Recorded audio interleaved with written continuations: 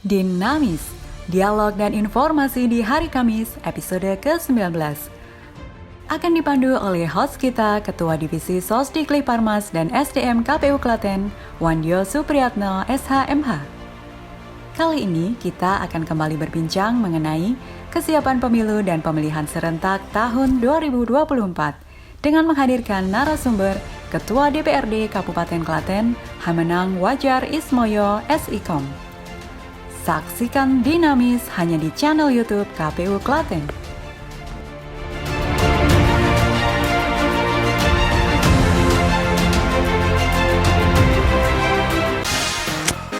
Kita ikuti Dinamis, dialog dan informasi di hari Kamis bersama KPU Kabupaten Klaten. Assalamualaikum warahmatullahi wabarakatuh. Selamat pagi menjelang siang, sahabat pemilih KPU Kabupaten Klaten. Podcast hari ini edisi ke-19 menghadirkan Ketua DPRD Kabupaten Klaten. Edisi pagi hari ini kita membahas tentang persiapan pendanaan Pilkada serentak 2024, termasuk mensikapi situasi politik pasca Pilkada 2020 dan menjelang 2020. Dan sahabat pemilih, untuk lebih cepat waktunya, kita perkenalkan kepada beliau yang terhormat Mas Ketua untuk memperkenalkan diri selengkapnya. Silakan. Terima kasih Pak Wandyo. Assalamualaikum warahmatullahi wabarakatuh. Shalom, salam sejahtera bagi kita semua. Om Swastiastu, Namo Buddhaya, salam kebajikan. Saya Hamenang Wajar Ismoyo, SIKOM, Ketua DPRD Kabupaten Klaten, periode 2019-2024. Kebetulan kami berasal dari fraksi PDI Perjuangan. Ini periode pertama kami menjabat sebagai Ketua DPRD, Pak Wandyo. Seperti kita bersama di periode sebelumnya kami anggota DPRD di periode 2014-2019. Ya. Ini anggota DPRD baru menjabat satu kali periode langsung jadi ketua ini. Alhamdulillah. Ya. Kita bahas inti persoalannya. Siap. Ya. Menyongsong tahun 2024 yang akan melaksanakan pemilihan serentak nasional pertama yang ditandai dengan barengnya pemilihan gubernur, wakil gubernur, bupati dan wakil bupati di seluruh Indonesia, termasuk wali kota dan wakil wali kota dan bupati wakil bupati ya, tentunya ya. Kabupaten Klaten. Pada hari yang sama, bagaimana khusus untuk Klaten, terutama di DPRD Klaten, mensikapi dalam hal ini, terutama di dalam hal pembiayaan Pilkada serentak 2024.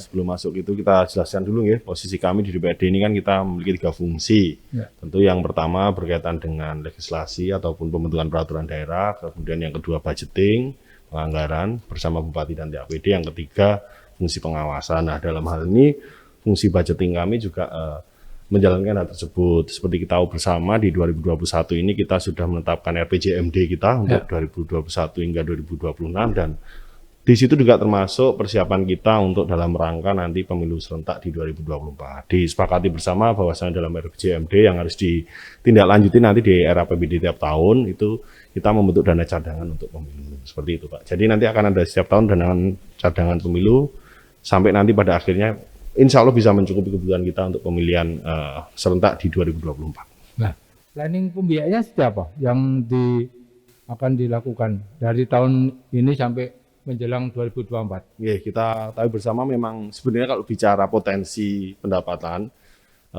tidak hanya mungkin di Kabupaten Klaten, di Provinsi Jawa Tengah, di Indonesia, dan di dunia memang tren kita sedang menurun ya, karena pandemi ini sehingga pendapatan menurun. Namun tetap kita berkomitmen terhadap persiapan kita di baik itu Pilpres, Pileg, dan Pilkada. Ya kita persiapan kalau tidak salah itu kita dana cadangan itu setiap tahunnya 5-10 miliar sampai nanti menjelang 2024. Tentu nanti di endingnya menjelang 2024 itu nanti ada APBD yang nanti cukup besar lah. Nanti ketika kita perhitungan dengan teman-teman KPU ini finalnya itu kebutuhan berapa lah, nanti mungkin akan yang di terakhir itu ya APBD terakhir itu yang nanti porsinya lebih besar lah, seperti itu mungkin. Berarti tidak ada batasan maksimal RAPBD untuk tahun 2024, batasan maksimal biaya yang diperlukan gitu. Kalau dulu kan, kalau biasa kita sudah berkoordinasi di angka 70 atau 80 miliar itu, lah mungkin itu yang berusaha kita nanti raih. Tapi apakah itu nanti juga bisa atau tidak, kita belum bisa melihat potensi pendapatan kita 4 tahun ke depan, tapi kita berusaha ke arah situ ya. Nanti kita bersama-sama dengan Bupati dan TAPD untuk bisa terselenggaranya kontestasi baik itu Pilpres, Pilkada dan yang lain ini dengan baik dengan anggaran yang mumpuni kan begitu. Oke. Tentu kan nanti juga dari provinsi dan pusat seperti apa regulasi yang terbaru nanti mungkin kita juga masih menunggu. Tapi intinya bahwasanya goodwill dari pemerintah daerah Kabupaten Klaten dalam rangka mempersiapkan dana cadangan hingga nanti pada saat pemilu terselenggara itu sudah ada kan gitu. Kita minimal setiap tahun sudah berusaha menyisihkan, nanti kita dorong Bupati bersama TAPD 5-10 miliar sampai nanti di akhir lah kita kebutuhannya berapa nanti kita rembuk bersama kan gitu. Ya. Sudah ada sharing pembiayaan dengan pemerintah provinsi sampai hari ini? Kalau di DPRD kami belum ya, tapi kalau untuk teman-teman di TAPD, Bupati, Pak Sikda dan seterusnya jalan kami belum paham. Mungkin nanti ke depan akan ada koordinasi lebih lanjut. Ya. Oke. Tahun 2021 ini 1 tahun pasca Pilkada 2020 yang situasi politiknya bisa kita lihat.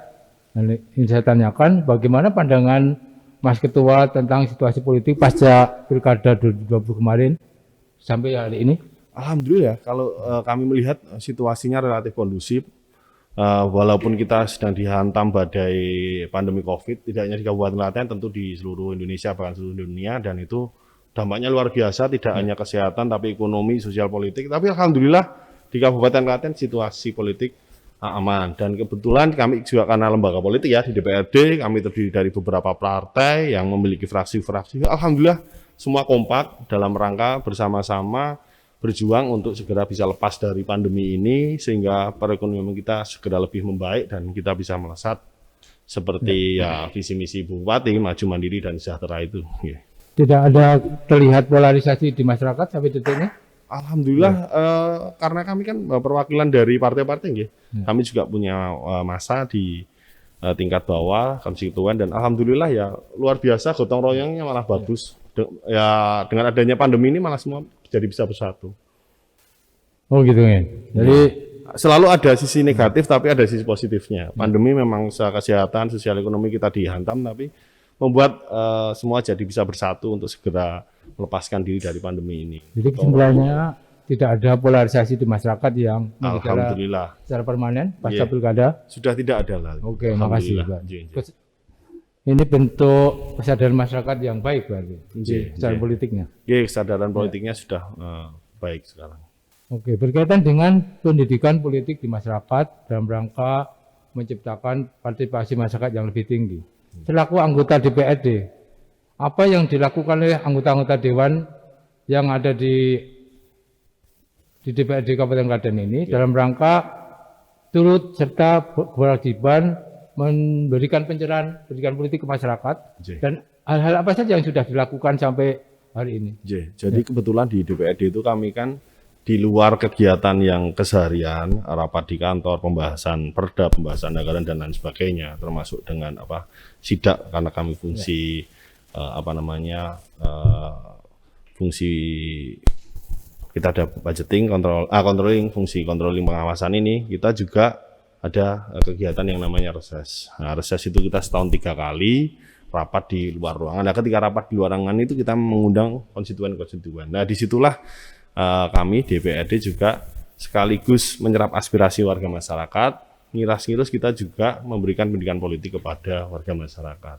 Banyak hal yang bisa kita sosialisasikan berkaitan dengan kegiatan DPRD, kemudian ketertarikan warga masyarakat agar melek politik dan sebagainya. Dan alhamdulillah di Kabupaten Klaten luar biasa Pak Wandyo. Terbukti ya hari ini kita bicara anggota DPRD yang berusia muda sudah mulai banyak, kemudian bahan alhamdulillah ketua DPRD-nya juga cukup muda kan gitu. Masih muda. Artinya kan berarti kita berhasil pendidikan politiknya makin banyak warga masyarakat yang melek politik, yang mau terjun ke politik dari usia muda kan begitu. Kita bicara kalau di bawah 25 tahun itu kan juga sudah cukup muda, 24, 23 sudah mau aktif di dunia politik menjadi anggota DPRD. Ya, kalau menilai dari partisipasi masyarakat memang kelihatan tingkat partisipasi tinggi, naik dari 2015 cuma 67, kemudian di 2020 kemarin hampir mencapai 80,8%, berarti hampir 81%, berarti meningkat. Nah, apakah ini ada berarti bisa disimpulkan bahwa pendidikan politik untuk warga masyarakat bagus? Apa memang ada faktor lain yang menyebabkan sehingga tingkat partisipasi masyarakat itu tinggi ketika kemarin kita pilkada 2020? Jadi kalau bicara sebenarnya yang terjadi fenomena, kita bicara global, justru anak muda ini kan lebih banyak yang sekarang ini apatis ya. Kalau kita bicara global, apatis, mulai tidak tertarik dengan dunia perpolitikan. Tapi alhamdulillah di Kabupaten Klaten tadi trennya naik. Artinya itu ada sesuatu di Kabupaten Klaten yang berhasil. Nah dalam hal ini mungkin ya berarti kerja kita selama ini berhasil Pak Wandyo, baik itu dari KPU, teman-teman DPRD, mungkin dari Pemda Kesbangpol dan yang lainnya dalam rangka melaksanakan kegiatan pendidikan politik dan penyadaran politik di warga masyarakat agar melek politik berhasil kan begitu, alhamdulillah. Dan terbukti tingkat partisipasi baik itu sebagai pemilih maupun sebagai keterwakilan yang dipilih kan meningkatkan begitu. Ya. Termasuk ada peningkatan keanggotaan anggota dewan dari kalangan muda. Atau orang baru gitu. Banyak beberapa fraksi itu, bahkan di fraksi PDI sendiri ada yang baru anak muda, kemudian di fraksi yang lain di Nasdem ada, banyak Pak, di Golkar ada, di Demokrat bahkan menjadi ketua fraksi. Alhamdulillah luar biasa sekarang ini anak muda di DPRD Kabupaten Klaten sudah banyak dan menduduki posisi-posisi jabatan yang penting. Lebih dari 25% anggota baru yang belum pernah jadi. Banyak, gitu. 20% lebih. Ya, dalam rangka menciptakan Klaten yang maju mandiri dan sejahtera gitu. Dari pembangunan di segala bidang, bagaimana pendapat Mas Ketua DPRD mensikapi ini sampai 1 tahun anggaran Bupati baru ini selaku pengawas pelaksanaan pemerintahan? Jadi memang awalnya kan kita ini sudah siap berlari istilah kalau kita ini. Kita itu luar biasa 2019, 2020 setelah pemilihan Bupati visi misinya luar biasa, kita sudah branding. Saya ingat betul waktu itu sebelum pandemi beberapa bulan karena memang kita sadar kemampuan kita itu, potensi kita itu di bidang pertanian dan juga pariwisata. Waktu itu kita branding pariwisata di Bukit Sidoguro. Wah, baru branding buka 2 bulan tidak salah pandemi. Nah, artinya memang ya sebenarnya pemerintah Kabupaten Klaten sudah luar biasa dengan segala pihak. Kita mendorong apa yang kita miliki. Kita ada 2 tadi saya matur, pertanian sama pariwisata. Pertanian kerjasama dengan Batan kita bikin produk Srinak dan Srinar itu ya, yaitu. Kemudian pariwisata kita mulai baik itu yang di dinas pariwisata kita gerakkan, juga pariwisata berbasis di desa melalui BUMDes. Itu luar biasa. Sebenarnya sudah embrio-embrio itu sudah muncul, bahkan beberapa sudah terbukti sukses seperti Ponggok. Nah, cuma masalahnya itu tadi ketika pandemi semua harus agak turun dulu. Nah, ini nanti harapannya pandemi segera bisa selesai agar kita segera bisa melesat. Dan juga harapan kami pribadi Pak Wandyo, ini mulai nanti setelah pandemi ini dengan nanti BUMDes ini sudah luar biasa, baik itu bidang pariwisata maupun tidak. Harapan kami ke depannya anak muda sudah lulus sekolah, lulus kuliah itu tidak perlu keluar kota, nggak perlu merantau. Nah, mereka bisa sukses cukup di daerah masing-masing, di desa masing-masing dengan mengembangkan potensi. Dan itu bisa, sangat bisa. Nah itu menurut kami luar biasa, sejalan, selaras dengan visi misi Bupati yang maju, mandiri, sejahtera ini tadi. Oke, berarti pelaksanaan pembangunan di Klaten insya Allah sudah sesuai dengan visi misi dan RPJMD gitu. Di Klaten yang sudah ditetapkan oleh 2021 kan kemarin kita, karena Bupati baru kita rubah bersama-sama agar nanti 5 tahun ke depan ini selaras. Dan juga kita mengakomodir karena ada pandemi COVID ini yang permasalahannya tidak hanya kesehatan tapi juga perekonomian, sehingga nanti kita kebijakannya harus selaras juga agar nanti di 2024 2025 sudah selesai kan. Demikian sahabat pemilih KPU Kabupaten Klaten, bincang-bincang singkat kami dengan Mas Ketua DPRD Kabupaten Klaten yang orangnya tinggi besar. Nah, ini Dapil 5 ini. Saya kebetulan di Dapil 5 di Trucuk, Mbayat, Awas, Wetan, Karangtowo. Kebetulan ini Dapil 5 itu domisili saya. Nanti wakil saya di jadi ketua. Pun. Sebagai closing statement, monggo dipersilakan untuk menutup acara pada pagi siang hari ini? Oke, berkaitan dengan KPU, tentu saja penganggaran pilkada ataupun pemilu serentak ya, ke depan di 2024 kita sudah berkomitmen dengan pemerintah daerah untuk menganggarkan nanti sampai dengan 2024 dimulai dengan mulai tahun ini kita dana cadangan. Nah, nanti kita sepakati mungkin 5 sampai 10 miliar per tahun karena mengingat potensi pendapatan juga belum bisa besar. Nah, nanti mungkin di APBD yang mendekati 2024 bisa kita genjot untuk lebih besar lagi. Terus kemudian juga kami juga mengapresiasi langkah dari KPU berbagai kegiatan luar biasa termasuk hari ini ada podcast sehingga ke depan semakin pemilih ini semakin warga masyarakat semakin paham berkaitan dengan situasi perpolitikan dan juga update-update berkaitan dengan proses ini ya pemilihan nanti sampai dengan 2024. Harapan kami terakhir tentu nanti semakin besar warga masyarakat ini antusiasmenya untuk ikut serta dalam pemilu ini baik itu sebagai pemilih maupun sebagai orang yang seperti itu. Ya.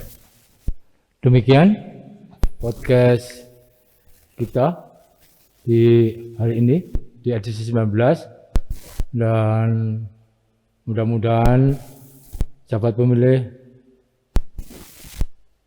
mendapatkan pemberitahuan yang baru tentang situasi yang ada di Klaten. Jangan lupa subscribe, like, dan komennya di YouTube KPU Kabupaten Klaten. Sekian. Wassalamualaikum warahmatullahi wabarakatuh. Waalaikumsalam warahmatullahi wabarakatuh.